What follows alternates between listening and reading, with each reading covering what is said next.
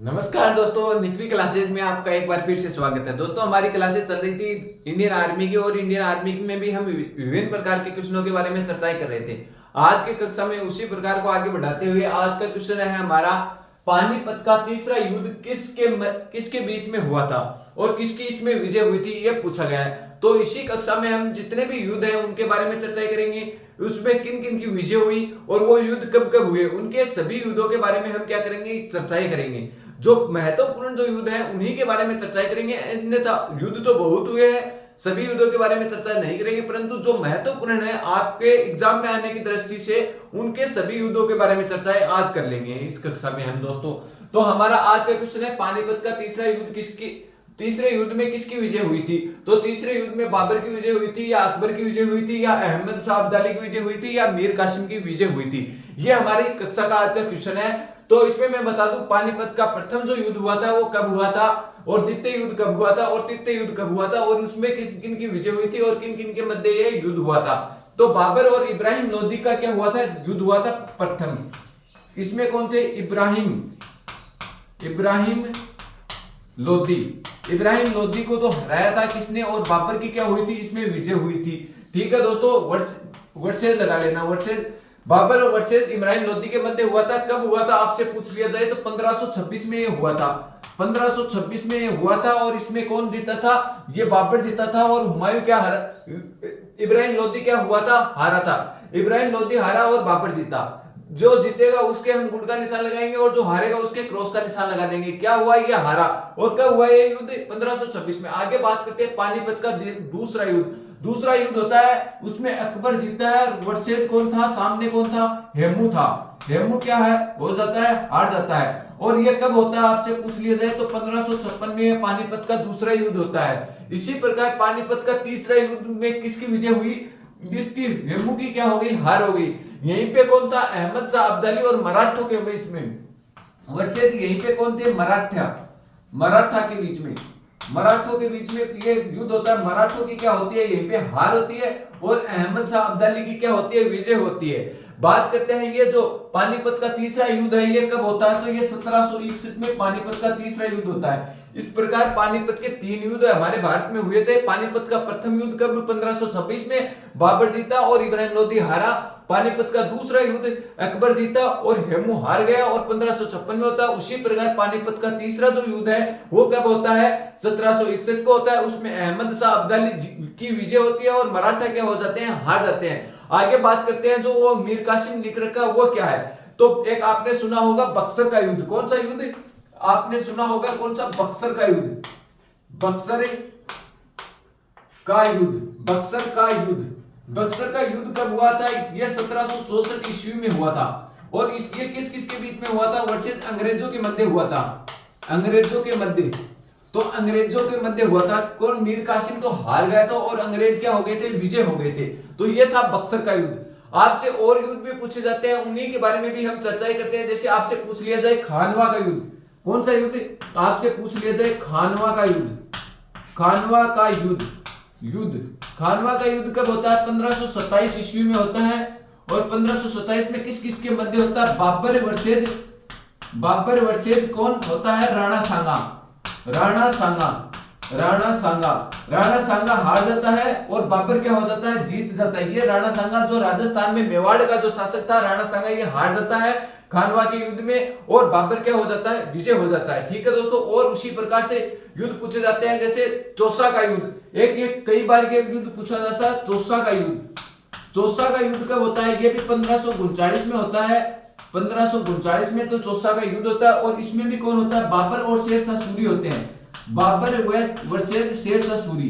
Babar versus कौन होता है, शेर शाह सूरी। बाबर वर्सेज कौन होता है, शेर शाह सूरी। शेर शाह सूरी की क्या होती है, यहीं पे विजय होती है और बाबर की क्या होती है, यहीं पे हार होती है। कौन से युद्ध में, चौसा के युद्ध में। कब होता है, 1539 में होता है। आगे बात करते हैं पलासी का युद्ध कब होता है। देखो दोस्तों, आगे कौन सा युद्ध, पलासी का युद्ध होता है 1757 ईस्वी को। 1757 ईस्वी को किस किस के बीच होता है, तो अंग्रेजों के मध्य और सिराजुद्दौला के मध्य। इन किन के बीच हुआ? अंग्रेजों व सिराजुद्दौला के मध्य। अंग्रेज वर्सेज सिराजुद्दौला, सिराजुद्दौला के मध्य कौन सा युद्ध होता है? तो आपसे पूछ लिया जाए, प्लासी का युद्ध होता है। इसमें अंग्रेज जीतते हैं और सिराजुद्दौला क्या हो जाता है? हार जाता है। ठीक है दोस्तों, आगे बात करते हैं। जैसे दो युद्ध और पूछ जाते हैं, जैसे तराइन का प्रथम युद्ध। कौन सा युद्ध? तराइन का प्रथम युद्ध। तराइन का प्रथम युद्ध। तराइन के प्रथम युद्ध में कौन जीतता है और कौन हारता है? तो तराइन के प्रथम युद्ध कब होता है? 1191 में होता है। और इसमें कौन जीता? मोहम्मद गोरी वर्सेज किसके मध्य होता है? मोहम्मद गोरी वर्सेज किसके मध्य होता है? तराइन का प्रथम युद्ध मोहम्मद गोरी होता है एक तरफ, और एक तरफ कौन होता है? पृथ्वीराज चौहान तृतीय।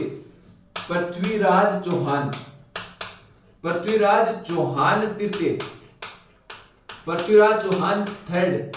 ये किसके मध्य होता है? ये तराइन का युद्ध होता है। इसमें मोहम्मद गोरी प्रथम युद्ध में हार जाता है। प्रथम युद्ध में तो क्या होता है? मोहम्मद गोरी हारता है और पृथ्वीराज चौहान जीत जाता है। और दूसरे युद्ध में, इसके बाद में बात करते हैं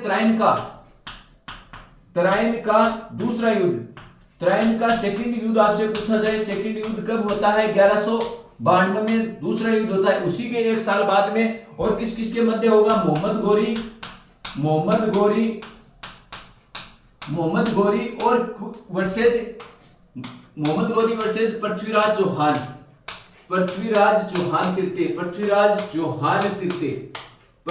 चौहान सेकंड थर्ड। ये क्या होता है? यहीं पे हार जाता है और यहीं पे मोहम्मद गोरी क्या हो जाता है? जीत जाता है। इसके बाद में होता है एक चंदावर का युद्ध। चंदावर का युद्ध किस किस के बीच में होता है? आपसे पूछ लिया जाए चंदावर का युद्ध कब होता है? 1194 में होता है। 1194 में गोरी वर्सेज कौन होता है? गोरी वर्सेज जयचंद गढ़वाल।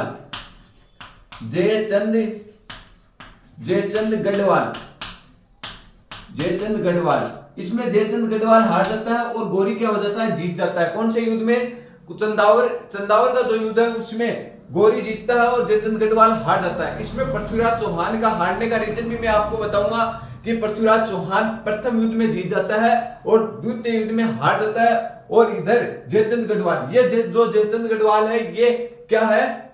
पृथ्वीराज चौहान का क्या है? ससुर है। ये संयोगिता को उठाकर एक भव्य दरबार का आयोजन हो रहा था।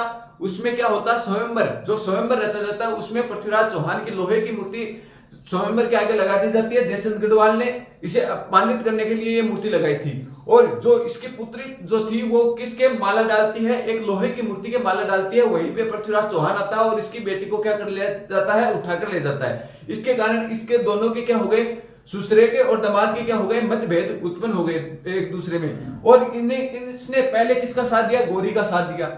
तो गोरी का साथ दिया पहले युद्ध में, तो जो इसका दामाद पृथ्वीराज जो चौहान था वो जीत गया था। परंतु गोरी ने इसे धोखा देकर दोबारा युद्ध किया। दोबारा युद्ध करने के बाद में क्या हुआ? पृथ्वीराज चौहान हार जाता है और गोरी जीत जाता है। फिर गोरी ने किसके साथ धोखा कर लिया? जयचंद गढ़वाल के साथ भी धोखा कर लिया। इसके साथ युद्ध करता है 1194 में और जयचंद गढ़वाल को हरा देता है और मोहम्मद गोरी क्या बनता है? भारत का शासक बन जाता है। इस प्रकार से ये युद्ध हुआ था। ठीक है, तो दोस्तों हमने विभिन्न प्रकार के युद्धों के बारे में चर्चा की है। एक बार फिर से इसका रिवीजन करते हैं कि कौन कौन से युद्ध कब कब हुए थे, इनके बारे में चर्चा करते हैं और कौन कौन उसमें विजय हुआ था।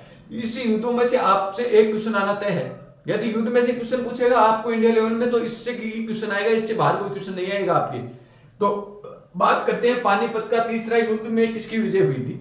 हम पानीपत के 3 युद्ध हुए थे, तीनों युद्धों के बारे में चर्चा करते हैं। पानीपत का प्रथम युद्ध, ये पानीपत का क्या है? फर्स्ट युद्ध है। ये इसमें बाबर जीत जाता है और कौन? इब्राहिम लोदी हार जाता है। ये होता कब है आपसे पूछ लिया जाए तो 1526 में ये युद्ध होता है। बाद में बात करते हैं पानीपत का सेकंड युद्ध। पानीपत का सेकंड युद्ध कब होता है?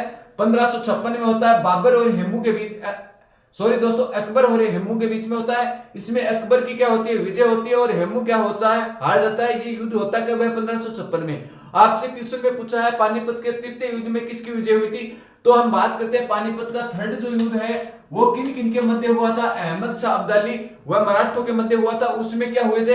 1761 में ये हुआ था। उसमें मराठे हार गए थे और अहमद शाह जो अब्दाली है वो क्या हो गया था? विजय हो गया था। बात करते हैं बक्सर का युद्ध। आर्मी में बहुत बार पूछा हुआ क्वेश्चन है कि बक्सर का युद्ध होता कब है। एक तो यह क्वेश्चन पूछा जाता है बक्सर के युद्ध में विजय किसकी हुई थी, बक्सर के युद्ध में हार किसकी हुई थी। यह कई बार जो क्वेश्चन है एक ही क्वेश्चन को घुमा घुमा कर बार बार पूछा जाता है। मैं एक क्वेश्चनों के साथ आपको सभी चीजें डिटेल से करवाता हूं, इसीलिए डिटेल से करवाता हूं कि कल को कि आपको क्वेश्चन आए तो पूरा कॉन्सेप्ट आपके क्लियर है, तो वो क्वेश्चन सही कर सको आप।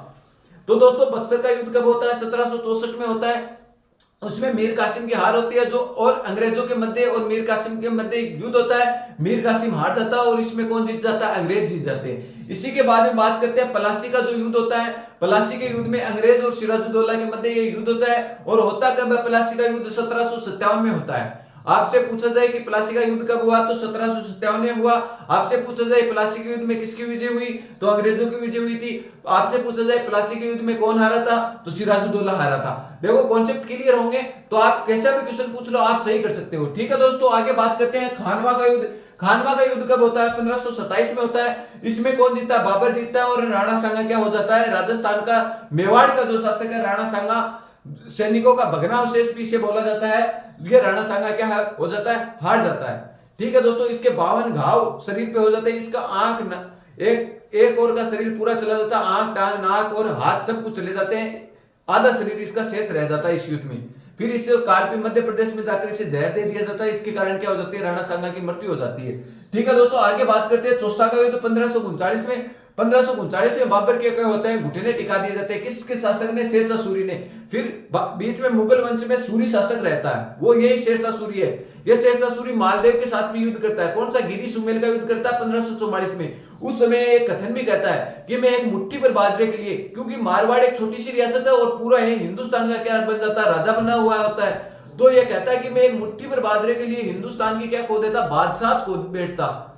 ये किस युद्ध में कहता है, गिरी सुमेल का युद्ध होता है। गिरी सुमेल का युद्ध आपसे पूछा भी जा सकता है, राजस्थान जीके में पूछा जा सकता है। गिरी सुमेल का युद्ध, गिरी सुमेल का युद्ध, गिरी सुमेल का युद्ध और कब होता है, 1544 में होता है। राव मालदेव और शेरशाह सूरी के बीच में होता है। शेरशाह सूरी जीता और मारवाड़ का जो शासक है राव मालदेव, जिसके रानी को किस नाम से जाना जाता है, रूठी रानी के नाम से जाना जाता है, वो हार जाता है। ठीक है दोस्तों, आगे बात करते हैं तराइन का युद्ध। तराइन के दो युद्ध हुए थे। तराइन के प्रथम युद्ध 1191 में हुआ था, मोहम्मद गोरी हारा था और पृथ्वीराज चौहान जीता था। तराइन का द्वितीय युद्ध उसी के एक साल बाद में 1192 में होता है। मोहम्मद गोरी क्या होता है, मोहम्मद गोरी जीत जाता है सेकंड युद्ध में और पृथ्वीराज चौहान जो है वो हार जाता है। ठीक है, आगे बात करते हैं 1194 में गौरी व जयचंद गढ़वाल के मध्य चंदावर का जो युद्ध होता है। चंदावर का युद्ध आपसे पूछ लिया जाए, 1194 में हुआ था। उसमें गौरी जीता और जयचंद गढ़वाल क्या हो गए, हार गए थे।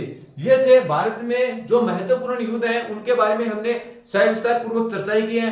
यदि अभी भी आपको कहीं पर भी समझ में नहीं आया तो हमें कमेंट करके बताएं, मैं आपको पूर्णतः समझाने का प्रयास करूंगा। और यदि आपको कहीं पे क्लास में दिक्कत है तो आप कमेंट करके बताया करो, ताकि हमें भी पता चल सके आपकी तैयारी में कहां तक हमें सुधार करना है और आप कहां तक तैयारी कर रहे हैं उसका आकलन हम भी कर सकें। दोस्तों यदि चैनल पर नए हो तो ज्यादा से ज्यादा मित्रों को शेयर किया करो। दोस्तों एक बार आप इसका स्क्रीनशॉट ले, फिर हम अगले क्वेश्चन की ओर बढ़ते हैं और आगे और अगले नए क्वेश्चन के बारे में चर्चाएं करते हैं। दोस्तों आगे चर्चा करते हैं विश्व व्यापार संगठन की स्थापना कब हुई। हमारा क्वेश्चन क्या है, विश्व व्यापार संगठन की स्थापना कब होती है, 7 अप्रैल 1948 को, 1 जनवरी 1995 को, या 1945 को, या 1944 को, ये ऑप्शन में है। तो हम बात करते हैं 7 अप्रैल 1948 को किसकी स्थापना होती है। यह आपको पता भी होना चाहिए। 7 अप्रैल को कौन सा दिवस मनाया जाता है, आपसे पूछ लिया जाए 7 अप्रैल को कौन सा दिवस मनाया जाता है, तो विश्व स्वास्थ्य दिवस मनाया जाता है। विश्व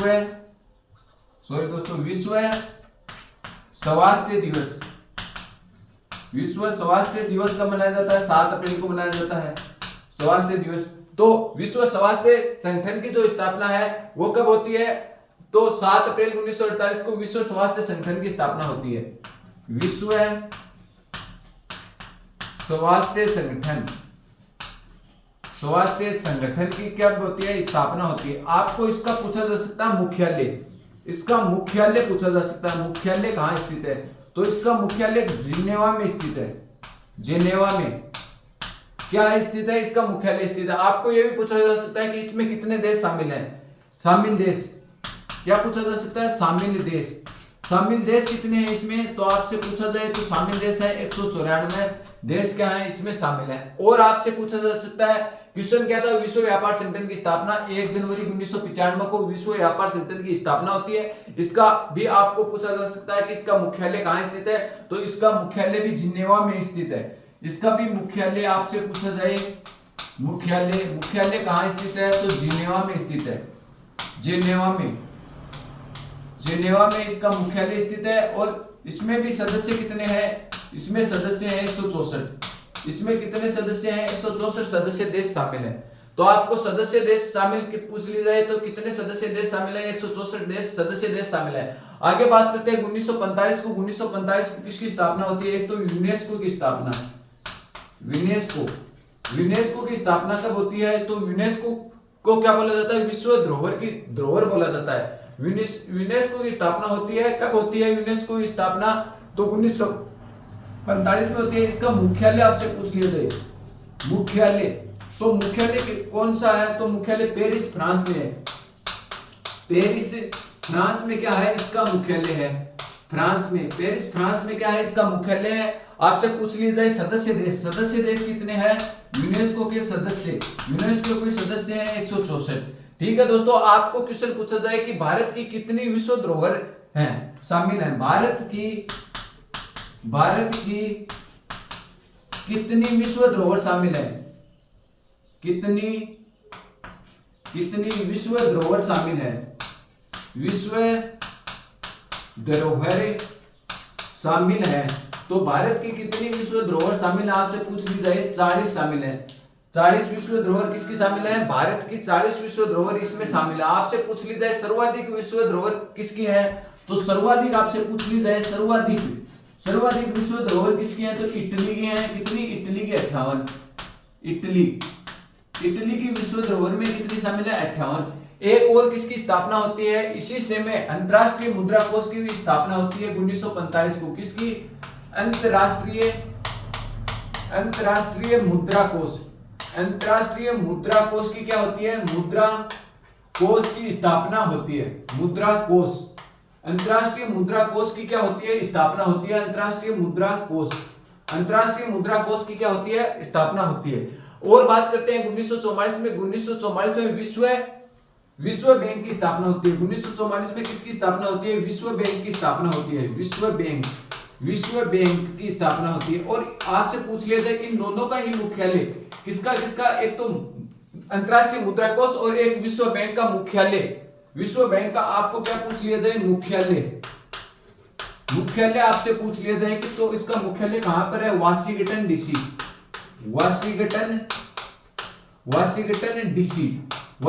डीसी किसका मुख्यालय है, तो अंतरराष्ट्रीय मुद्रा कोष IMF, इसे क्या बोला जाता है, अंतरराष्ट्रीय मुद्रा कोष IMF। कोष को मतलब इंग्लिश में बोला जाता है फंड, तो अंतरराष्ट्रीय मुद्रा फंड IMF की स्थापना कब होती है, 1945 को होती है। यूनेस्को की स्थापना कब होती है, 1945 में होती है। IMF का मुख्यालय कहां स्थित है, तो वाशिंगटन डीसी में। जबकि विश्व बैंक का मुख्यालय भी कहां पर है, वाशिंगटन डीसी में। विश्व बैंक की स्थापना कब होती है, 1944 में होती है। मुख्यालय कहां स्थित है, यूनेस्को का पेरिस में। पेरिस कहां पड़ता है, फ्रांस में पड़ता है। आगे बात कर ली जाए इसके सदस्य देश कितने, 164 सदस्य देश है। भारत के कितने विश्व धरोहर की सूची में शामिल है, तो भारत की विश्व धरोहर की सूची में कितने देश शामिल है, कितने स्थान शामिल है, तो 40 स्थान शामिल है। आपको पूछ लिया जाए विश्व धरोहर की सूची में सर्वाधिक स्थान किसके शामिल है, तो इटली के शामिल है। कितने, 58। एक बार इसका फिर से रिवीजन करते हैं आराम से, कि धीरे धीरे से इसका स्लो मौसम में इसका रिवीजन करेंगे तो आपको ये याद हो जाएगा। आपसे पूछ लिया जाए विश्व स्वास्थ्य दिवस कब मनाया जाता है, तो 7 अप्रैल को। योग दिवस आपको पूछ लिया जाए, यह क्वेश्चन पूछा जा सकता है। योग दिवस कब मनाया जाता है, तो योग दिवस मनाया जाता है 21 जून को। 21 जून को योग दिवस मनाया जाता है। विश्व स्वास्थ्य संगठन की स्थापना कब होती है, तो विश्व स्वास्थ्य संगठन की स्थापना होती है 7 अप्रैल को। इसका मुख्यालय कहां पर है, जिनेवा में है। इसके सदस्य देश कितने हैं, 194 सदस्य देश हैं। आपसे पूछ लिया जाए योग दिवस कब मनाया जाता है, तो 21 जून को योग दिवस मनाया जाता है। आगे बात करते हैं 1 जनवरी 1995 को किसकी स्थापना होती है, विश्व व्यापार संगठन की स्थापना होती है। इसमें कितने सदस्य देश शामिल है, इसमें 164 सदस्य देश शामिल है। इसका मुख्यालय आपसे पूछ लिया जाए, जिनेवा में इसका मुख्यालय स्थित है। आगे बात करते हैं यूनेस्को की स्थापना 1945 में। IMF मुद्रा कोष की स्थापना भी कब होती है, 1945 में होती है। इसका मुख्यालय तो कहां पे है, वाशिंगटन डीसी में है। जबकि यूनेस्को का मुख्यालय कहां पे है, पेरिस फ्रांस में स्थित है। इसमें भी 164 देश सदस्य देश शामिल है। भारत के विश्व धरोहर की सूची में शामिल स्थानों की बात करें तो 40 स्थान शामिल है, जबकि सर्वाधिक इटली के स्थान शामिल है। कितने, 58 स्थान शामिल किए गए हैं। आगे बात करते हैं विश्व बैंक। विश्व बैंक का मुख्यालय भी कहां स्थित है, विश्व बैंक का मुख्यालय भी वाशिंगटन डीसी में स्थित है और इसकी स्थापना कब होती है, 1944 में होती है। ये थे आज की क्लास में हमारे क्वेश्चन। यदि आप चैनल पे नए हो तो ज्यादा से ज्यादा मित्रों को भी शेयर कीजिए। आप भी इस चैनल को सब्सक्राइब करें। बार बार कहने की आपको आवश्यकता नहीं होनी चाहिए, क्योंकि इतने अच्छे क्वेश्चन, अच्छे लेवल के क्वेश्चन आपके लिए मैं लेकर आता हूं और बढ़िया तरीके से आपको करवाता हूं। तो मैं मेहनत कर रहा हूं, तो आपका भी ये फर्ज बनता है कि आप भी चैनल को ज्यादा से ज्यादा मित्रों को शेयर भी कीजिए और आप भी इसे सब्सक्राइब करके रखें। यदि फिर भी कहीं पर भी आपको दिक्कत आती है तो हमें कमेंट करके बताएं, ताकि आगामी आने वाली कक्षाओं में हम सुधार कर सके, क्योंकि आपका कमेंट ही हमारा क्या है, मोटिवेशन है। यदि आप जितने ज्यादा कमेंट करोगे उतना ही हम आगे की जो कक्षाएं आएंगी उसमें दोगुनी एनर्जी के साथ आपको पढ़ाने के लिए अगली कक्षाओं में हम उपलब्ध होंगे। यदि दोस्तों आप चैनल पे नए हो तो ज्यादा से ज्यादा मित्रों को शेयर किया करो बस। ठीक है दोस्तों, तो आज की कक्षा में इतना ही। जो बचे हुए क्वेश्चन है आर्मी के, वो अगली कक्षाओं में हम सुचारू रूप से जारी रखेंगे। धन्यवाद दोस्तों।